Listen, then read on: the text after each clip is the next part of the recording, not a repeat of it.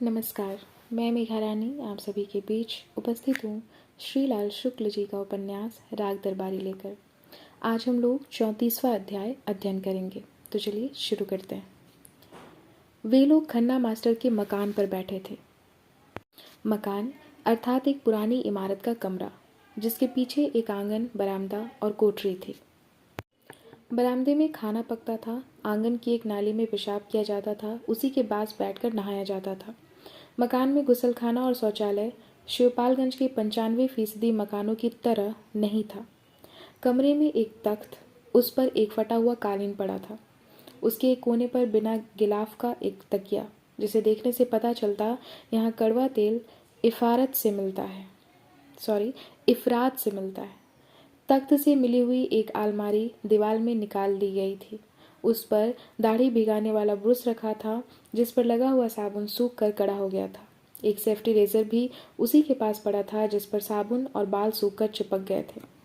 अलमारी के उसी खाने में बूट पालिश की एक डिबिया, एक अवकाश प्राप्त ब्रश, एक गंदा चीथड़ा और साधना नाम की फिल्म एक्ट्रेस की एक मढ़ी हुई तस्वीर मौजूद थी, जिसमें वह बहुत थोड़े कपड़े पहने हुए विलायती अभिनेत्रियों के पास जो है वह मेरे पास भी है जैसी बात का ऐलान सा करती हुई बड़े हिम्मतवर तरीके से खड़ी थी। अलमारी के ऊपर खाने में साहित्य था, यानी डॉक्टर ईश्वरी प्रसाद लिखित भारतवर्ष का इतिहास पर ग्रेजुएट द्वारा लिखी गई कुछ परीक्षा उपयोगी कुंजियाँ, जेबी जासूस नामक पुस्तक माला के कुछ पुष्प, कल्याण नामक धार्मिक पत्रिका के बहुत बहुत मोटे विशेषांक और गुलशन नंदा के उपन्यासों का एक पूरा सेट। खन्ना मास्टर इतिहास पढ़ाते थे और यह साहित्य पढ़ते थे।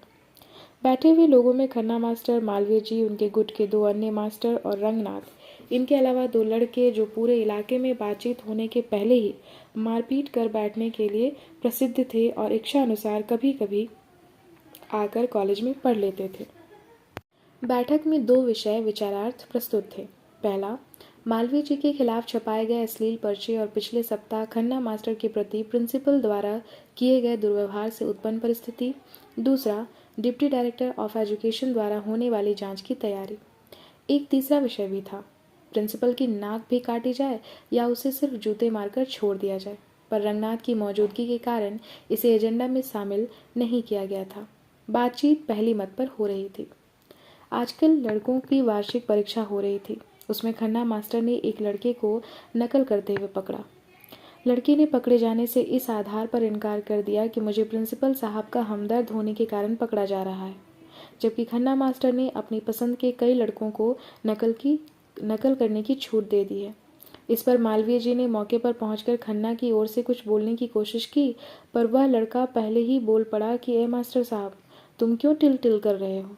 जो लड़के तुम्हारे साथ शहर जाकर सिनेमा देख आए हैं, उन्हें तो तुम पूरी किताब नकल करा देते हो, और हम एक लाइन इधर उधर से झाड़ कर लिख रहे हैं तो तुम्ही को सबसे बुरा लगता है।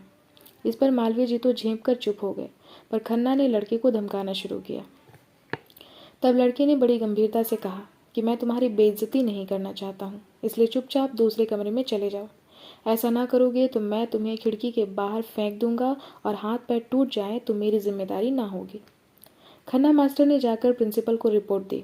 उन्होंने कहा, ये खन्ना जहाँ पहुँच जाते हैं वहीं कोई ना कोई मुसीबत आ जाती है। उन्होंने रिपोर्ट लेने से इनकार कर दिया। इस पर महायुद्ध का ऐलान हुआ। खन्ना के गुट के 4-5 मास्टर प्रिंसिपल के कमरे में पहुंच गए। वे जिन कमरों से गए थे वहां लड़के स्वतंत्रता पूर्वक नकल करने लगे।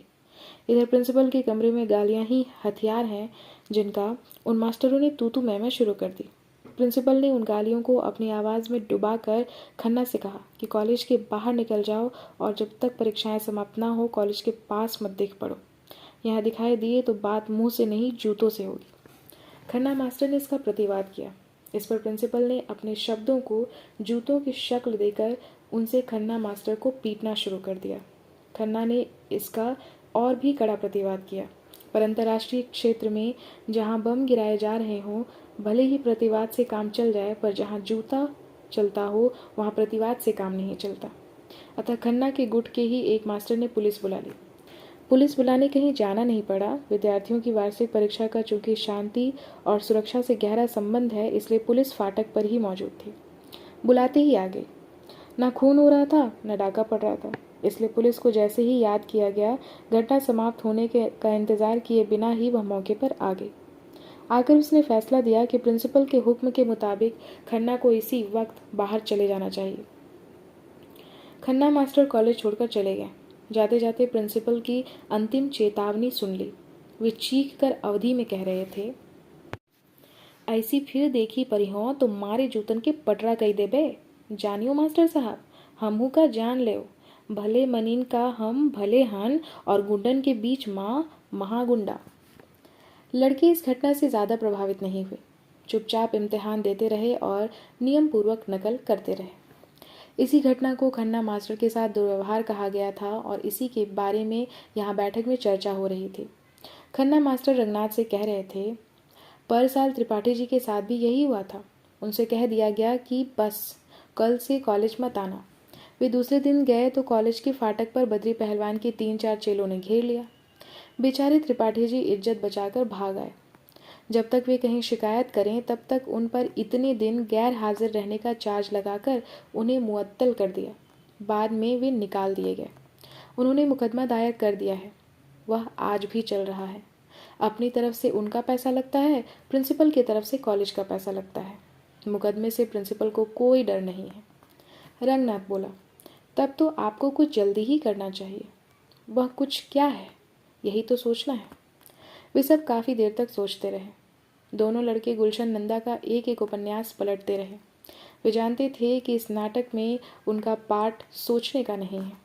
मालवीय ने कहा, पुलिस में रिपोर्ट लिखा दी जाए कि कॉलेज जाते वक्त मेरा रास्ता घेरा जाता है। खन्ना मास्टर हिकारत से हंसे, जैसे कह रहे हों ऐसे दिमाग के बूते पार्टी बंदी कहाँ तक चलेगी। बोले, क्या सबूत कि मेरा रास्ता ही घेरा जाएगा? क्या पता कि वे कॉलेज में चले जाने की दें और वहाँ एकदम बेइज्जती कर बैठे। रिपोर्ट तो बाद में होगी, पहले वहाँ इंसल्ट हो जाएगी। मालवीय ने बहुत ध्यान से यह वक्तव्य सुना, फिर उस पर अपनी व्याख्या दी। तो इसका मतलब यह है कि आप वहाँ जाने से डर रहे हैं? खन्ना मास्टर, जो अभी तक पालथी मारे बैठे थे, अचानक घुटने मोड़कर और सीना आगे तान कर जिस्म के उतार चढ़ाव को दिखाने वाले स्वर्गीय मैरिलिन मनरो के एक विख्यात पोज में बैठ गए। उद्दंडता के साथ बोले, जी हाँ, डर रहा हूँ। आपको कोई ऐतराज है? मालवीय ने समझाने के ढंग से कहा, ऐतराज की बात नहीं, जब तक आप वहाँ जाते नहीं और वे आपको काम करने से रोकते नहीं, तब तक शिकायत किस तरह की जा सकती है?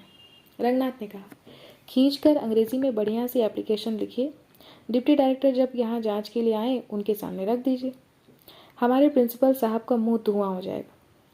खन्ना मास्टर फीकी हंसी हंसे, बोले, आप भी रंगनाथ बाबू, क्या कहूँ, मुझे इन डिप्टी डायरेक्टर से कोई उम्मीद नहीं है।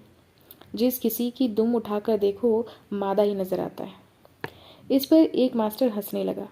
उधर लड़कों ने मादा का जिक्र आते ही गुलशन नंदा के उपन्यासों को पढ़ना बंद कर दिया। वे कवर के ऊपर बनी औरतों की तस्वीर ध्यानपूर्वक देखने और इन लोगों की बातें दिलचस्पी से सुनने लगे। मालवीय जी बोले, खैर, ये डिप्टी डायरेक्टर तो नए हैं, इनसे कुछ उम्मीद की जा सकती है। सुनते हैं कि बड़े सख्त हैं, बड़े नेताओं तक को कुर्सी नहीं देते। बेकार की बात सुनते ही उन्हें कमरे से निकालने की धमकी देते हैं।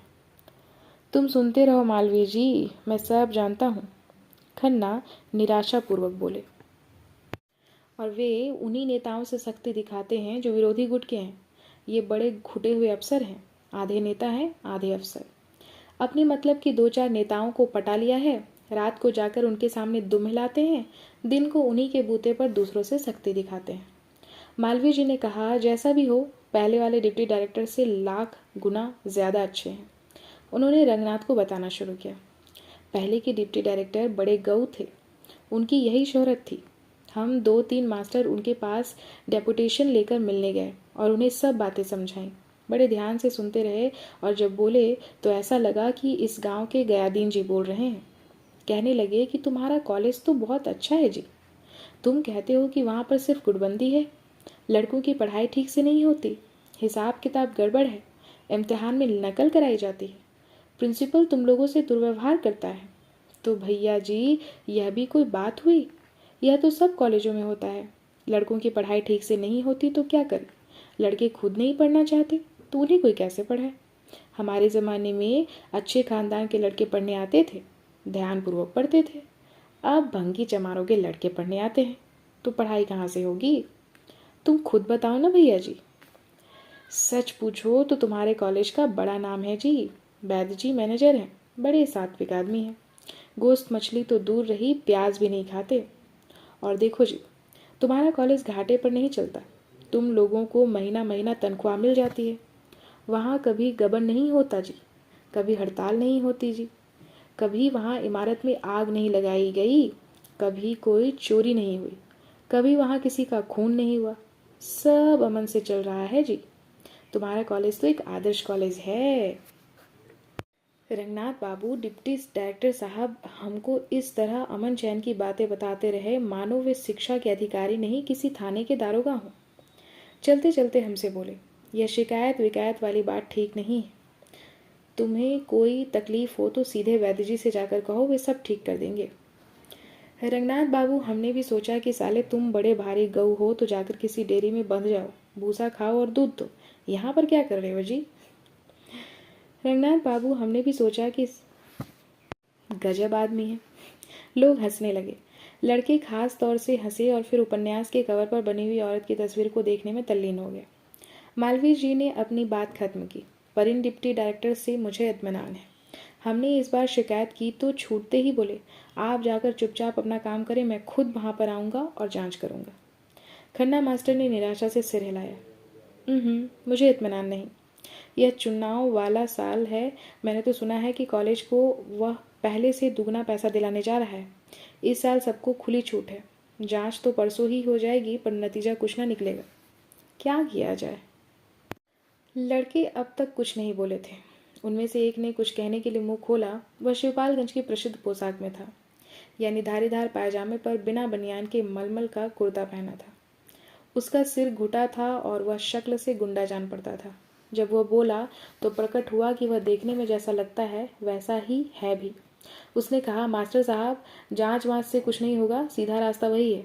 आप हुक्म दें तो किसी दिन यहीं अंधेरे उंजेले में प्रिंसिपल साहब का भरत मिलाप करा दिया जाए। दूसरे लड़के ने इसका अर्थ समझाया, नाक भर काट ली जाए, जान लेने की कोई ज़रूरत नहीं। रंगनाथ की हालत खराब हो रही थी। वह कुछ दिनों से खन्ना मास्टर की विपत्तियों में दिलचस्पी लेने लगा था। उसे मास्टरों की इस गुट से हमदर्दी हो रही थी, और विशेषतया इस बात पर कि बिना किसी लिखित कार्रवाई के सिर्फ मारपीट के जोर से प्रिंसिपल ने उसे कॉलेज आने से रोक दिया है। उसे बड़ी नाराजगी थी। इधर वह जब से वह 2-4 बार इन लोगों के साथ निकला, वैद्य जी और प्रिंसिपल साहब उन्हें देखकर मुस्कुराने लगे थे। उसने भी यह कहकर उन्हें समझाना चाहा था कि मैं खन्ना इत्यादि का दृष्टिकोण समझकर सुलह कराने की कोशिश कर रहा हूँ। वैद्य जी ने इस बात को सिर्फ सुन लिया था, कुछ कहा नहीं था। लड़के जिस आत्मविश्वास से प्रिंसिपल की नाक काटने की बात कर रहे थे, इस कार्रवाई को भरत मिलाप का नाम दे रहे थे, उसने रंगनाथ को उखाड़ दिया। उसे रामायण की कथा याद थी, और उसने सोचा कि भरत मिलाप के बाद अगर प्रिंसिपल का राज तिलक होने की नौबत आ गई तो हो सकता है कि 2-4 दिन बाद इन लड़कों और मास्टरों के साथ वह खून के आरोप में हवालात में दिखाई दे। और स्वास्थ्य ठीक रहने के लिए शिवपालगंज की आबो हवा भले ही अच्छी हो, वहाँ के हवालात की इस मामले में ख्याति अच्छी नहीं थी। वह उठ खड़ा हुआ, पर उसके चलने के पहले ही बाहर किसी के पाँव की आहट हुई और दरवाज़ा खोलकर रुपन बाबू अंदर दाखिल हुए। आज वे वीर वेश में थे। धोती का खूंट कंधे पर बाकायदे पड़ा था। रेशमी रुमाल गर्दन के चारों ओर लपेटा हुआ था। बालों की एक लट मत्थे पर झूल रही थी। चेहरा तेल और पानी के तेज से दमक रहा था। ऊँट के कोनों से पान बह रहा था।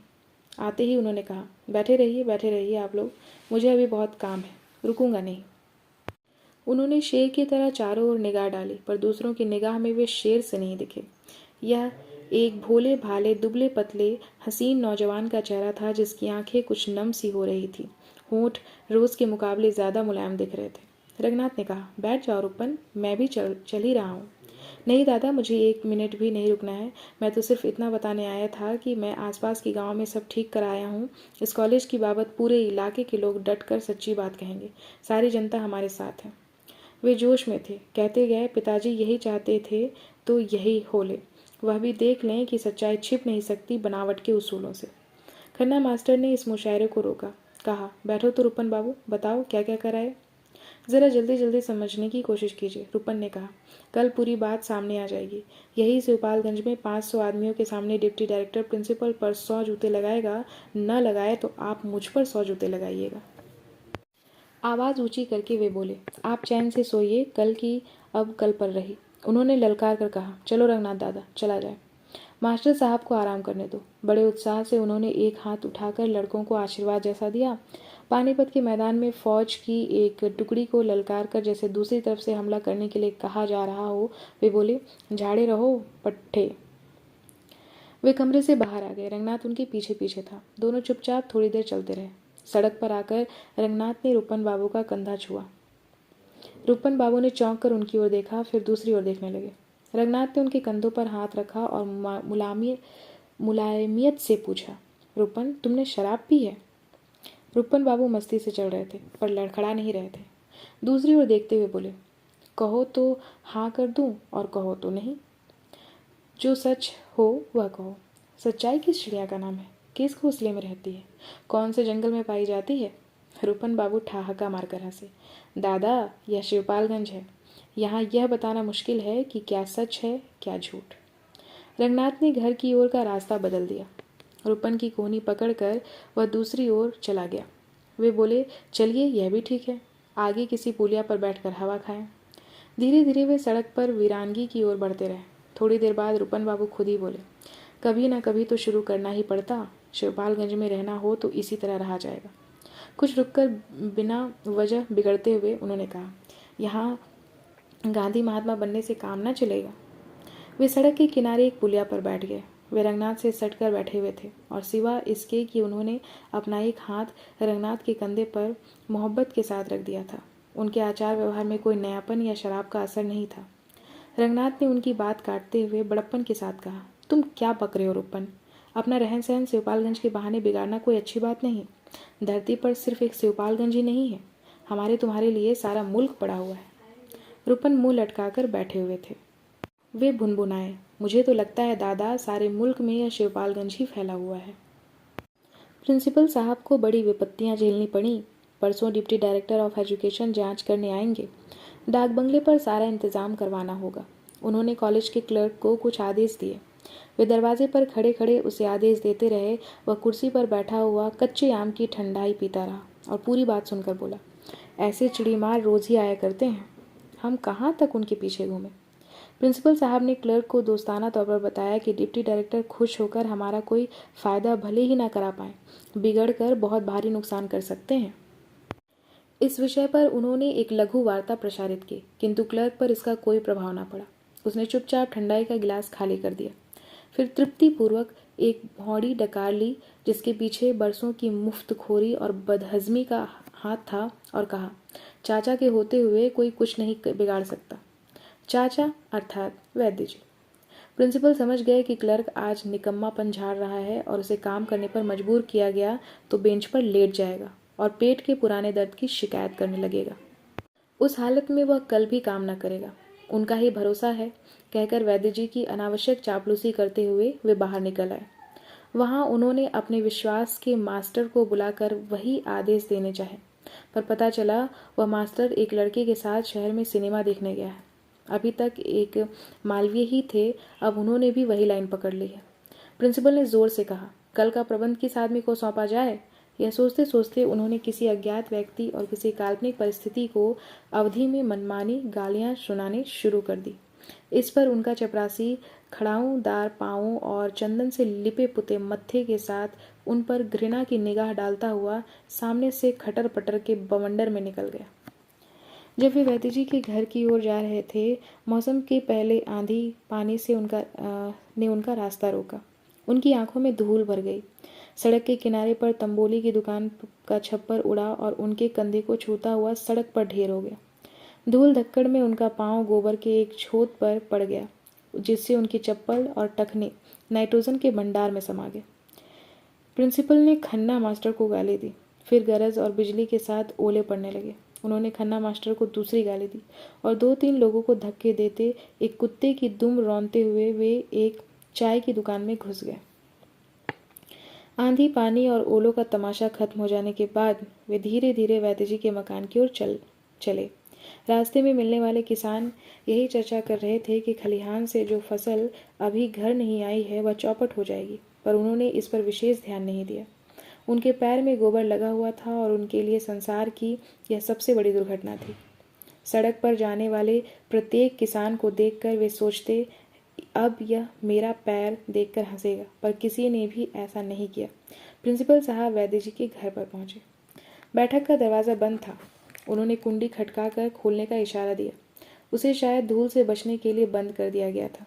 दरवाज़ा खुलते ही तख्त पर वैद्य जी, बद्री पहलवान, सनीचर और छोटे बैठे हुए नजर आए।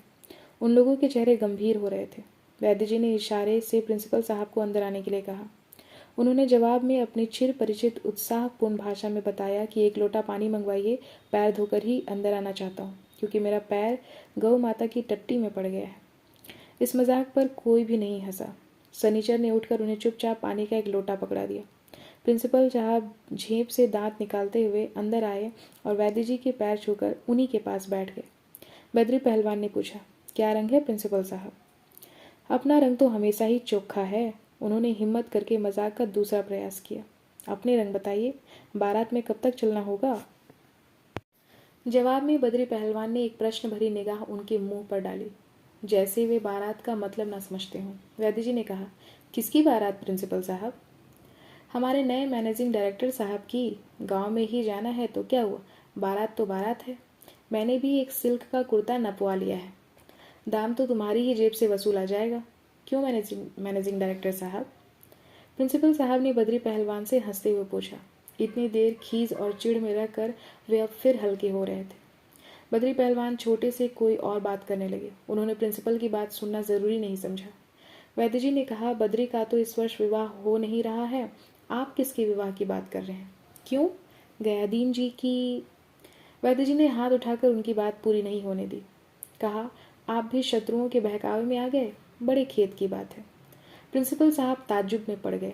सारे गांव में बद्री और बेला के ब्याह की चर्चा हो रही थी और शत्रुओं ने गयादीन जी की कन्या को बदनाम करने के लिए ही ये अफवाहें उड़ाई थी। आप स्वयं जानते हैं, बेला साक्षात देवी है और बद्री सब प्रकार से निष्कलंक है। उस दिन शहर से आकर मैंने पूछताछ की तो पता चला इसके पीछे भी शत्रुओं का कुचक्र है। मैंने कहा, कन्या के हित में अब यही अच्छा है कि इस प्रसंग को भुला दिया जाए। बेचारे गयादीन जी तो इस अपवाद से डरकर शहर भाग गए हैं। अपनी कन्या का विवाह वे वहीं पर किसी से कर रहे हैं। धन्य है, यह गांव भी अद्भुत है। बद्री पहलवान उठकर बाहर चले गए थे। छोटे दूसरी ओर देखते हुए अपनी खुली हुई जांघ पर दाहिना हाथ फेरने लगे थे। अपने गंवारपन को उजागर करने का उनके पास यही अचूक नुस्खा था। सनीचर ने प्रधान की हैसियत से अपनी जिम्मेदारी महसूस करते हुए कहा, इस गांव को मैं ही ठीक करूंगा। अभी मुझे प्रधान बने दिन ही कितने हुए हैं। मेंढक को भी जुकाम होने लगा है, सोचकर छोटे ने फर्श पर पिच से थूक दिया। सब लोग कुछ देर चुप बैठे रहे। वैद्य जी ने फिर कहना शुरू किया, किसी की कन्या के विषय में सोच समझकर बोलना चाहिए। पता नहीं किस शत्रु ने अफवाह उड़ा दी थी कि बद्री स्वयं गयादीन के घर संबंध करना चाहते। छोटे ने अपनी जांघ पर हाथ फेरना बंद कर दिया। कहा, मैं कुछ बोलूंगा तो बुरा मानोगे महाराज। तुम मूर्ख हो, तुम्हारी शोभा तभी तक है जब तक तुम कुछ बोलते नहीं। वैद्य जी कड़े होकर बोले, तुम ही लोगों ने लड़कपन में आकर मनमानी बातें फैलाई हैं और गयादीन जी को अपमानित किया है। अब शांत हो जाओ, उनकी कन्या का सकुशल विवाह हो जाने दो। बस अब यह बात समाप्त हुई, यह प्रसंग दोबारा न उठना चाहिए। यह कहकर वे मसनद के सहारे लुढ़क गए, जैसे किसी मुगल बादशाह ने किसी गुलाम को देश निकाला दे दिया और अब कोई बात न सुनना चाहता हो। बैठक की खामोशी अस्वाभाविक हुई जा रही थी। प्रिंसिपल ने, जो हमेशा जोश में रहते थे, सोचा इस मौके पर कुछ मेरा भी कर्तव्य है। जैसे कुछ भी न हुआ हो, इस तरह अतीत की सारी घटनाओं पर कूची फेरकर वे सनीचर की ओर मुड़े और बोले, और तुम्हारे क्या रंग है प्रधान जी? बदरंग है, उसने कहा। आपके आने के पहले वही तो बात हो रही थी।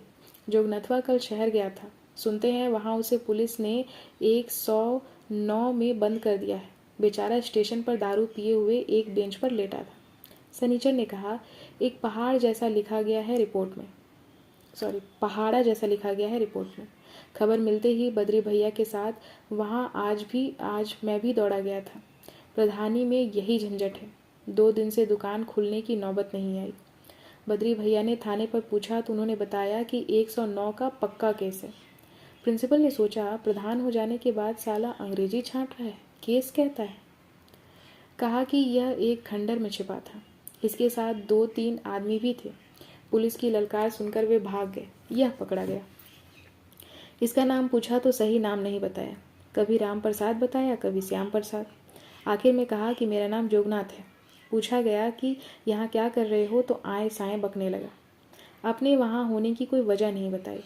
प्रिंसिपल साहब बोले, और उसका वहाँ पर कोई जीविका का साधन नहीं नजर आया। उसकी तलाशी ली गई तो उसके पास सेंध लगाने वाला एक लोहे का टुकड़ा मिला।